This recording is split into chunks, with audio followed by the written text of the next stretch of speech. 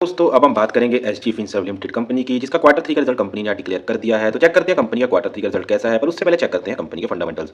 अगर बात करें दोस्तों कंपनी के मार्केट कैप की, तो कंपनी का मार्केट कैप है 2905 करोड़ का, जो कि एक स्मॉल कैप कंपनी है। उसके बाद बात करें दोस्तों कंपनी की पीई रेशो की, प्राइस टू अर्निंग रेशो की, वो है 42.2।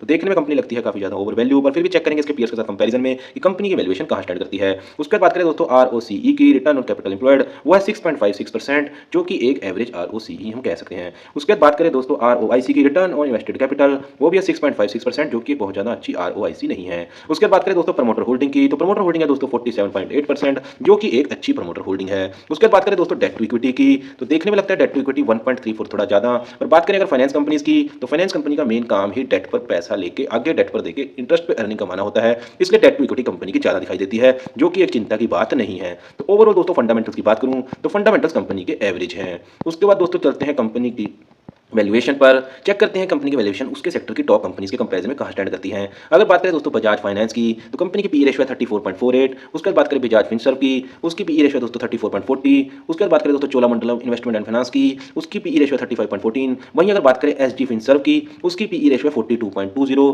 तो टॉप कंपनी से कंपैरिजन में लगता है कि कंपनी की वैल्यूएशन थोड़ी सी ज़्यादा है, बहुत ज़्यादा भी नहीं है और कम भी नहीं है, पर ओवरऑल कोई चिंता वाली बात यहाँ दिखाई नहीं देती। उसके बाद दोस्तों बात करें बुक वैल्यू की, तो दोस्तों पिछले साल जो कंपनी की बुक वैल्यू थी वो 17.70 थी, जो कि इस साल बढ़कर दोस्तों 138.12 हो गया है। तो ये भी एक कंपनी के लिए अच्छी बात है कि ओवरऑल कंपनी की एसेट्स वैल्यू बढ़ी है। उसके बाद दोस्तों चलते हैं क्वार्टर रिजल्ट पर, जिसके लिए मेनली हमने वीडियो बनाया है। तो देखते हैं कंपनी ने अपने क्वार्टर 3 के नंबर्स कैसे डिक्लेयर करे हैं। तो सबसे पहले बात करें दोस्तों रिवेन्यू की, तो कंपनी ने पिछले क्वार्टर के अंदर अपना जो रिवेन्यू पेश किया था वो था दोस्तों 44 करोड़ का, जो कि इस क्वार्टर में बढ़कर 52 करोड़ हो गया है। तो क्वार्टर ऑन क्वार्टर यहाँ रेवेन्यू में ग्रोथ है। उसके बाद दोस्तों देख लेते हैं क्या क्वार्टर ऑन क्वार्टर रेवेन्यू के साथ साथ नेट प्रॉफिट में भी यहाँ ग्रोथ आई है। तो हाँ दोस्तों quarter on quarter net profit में भी यहाँ ग्रोथ है, जो कि 17 करोड़ से बढ़कर 22 करोड़ यहाँ पर नेट प्रॉफिट रहा है। तो अगर बात करें दोस्तों कंपनी के क्वार्टर ऑन क्वार्टर रिजल्ट की, तो क्वार्टर ऑन क्वार्टर कंपनी ने अच्छा रिजल्ट यहाँ पेश किया है और ग्रोथ दिखाई है।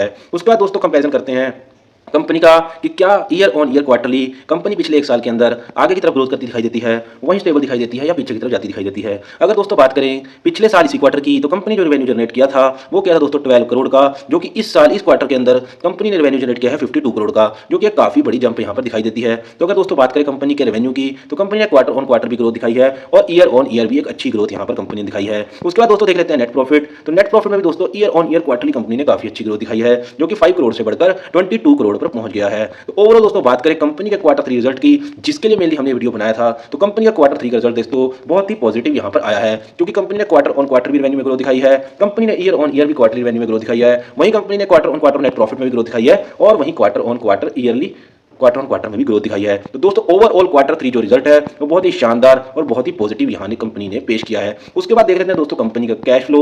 वैसे तो जितनी भी बैंकिंग और फाइनेंस की कंपनीज होती हैं उनका कैश फ्लो हमेशा नेगेटिव में ही रहता है, मैक्सिमम अगर आप देखेंगे। तो यहाँ दोस्तों कंपनी का कैश फ्लो है negative, cash from operating activity negative 941 मार्च 2023 से बना हुआ है, पर फिर भी एक बैंकिंग या फाइनेंस कंपनी के लिए नेगेटिव कैश फ्लो कोई चिंता वाली बात नहीं होती, क्योंकि कंपनी का मेनली काम ही कैश को आगे देकर उसके ऊपर इंटरेस्ट कमाना है और पीछे से कम इंटरेस्ट पर कैश को लेना है या डेट लेना है। तो ओवरऑल डेट टू इक्विटी भी फाइनेंस या बैंकिंग कंपनी की बनी रहती है और कैश फ्लो भी हमेशा यहाँ कंपनी का नेगेटिव बना रहता है। तो ये दोनों बैंकिंग या फाइनेंस कंपनी में चिंता वाली बात यहाँ नहीं है। उसके बाद दोस्तों देख लेते हैं कंपनी का शेयर होल्डिंग पैटर्न। तो अगर बात करें प्रमोटर्स की होल्डिंग की, तो दोस्तों इस क्वार्टर में कंपनी ने अपनी प्रमोटर होल्डिंग में किसी तरह की कोई कमी नहीं की है, क्योंकि पिछले क्वार्टर में भी कंपनी की जो प्रमोटर होल्डिंग थी वो 47.80% थी, जो कि इस क्वार्टर में भी 47.80% एक स्टेबल तरह से यहाँ पर दिखाई देती है। तो ओवरऑल दोस्तों बात करें कंपनी के फंडामेंटल्स यहाँ पर एवरेज हैं। उसके बाद बात करें दोस्तों कंपनी की वैल्यूएशन की, तो कंपनी की वैल्यूएशन दोस्तों सही है। उसके बाद दोस्तों बात करें कंपनी के बुक वैल्यू की, तो बुक वैल्यू दोस्तों कंपनी की बड़ी है।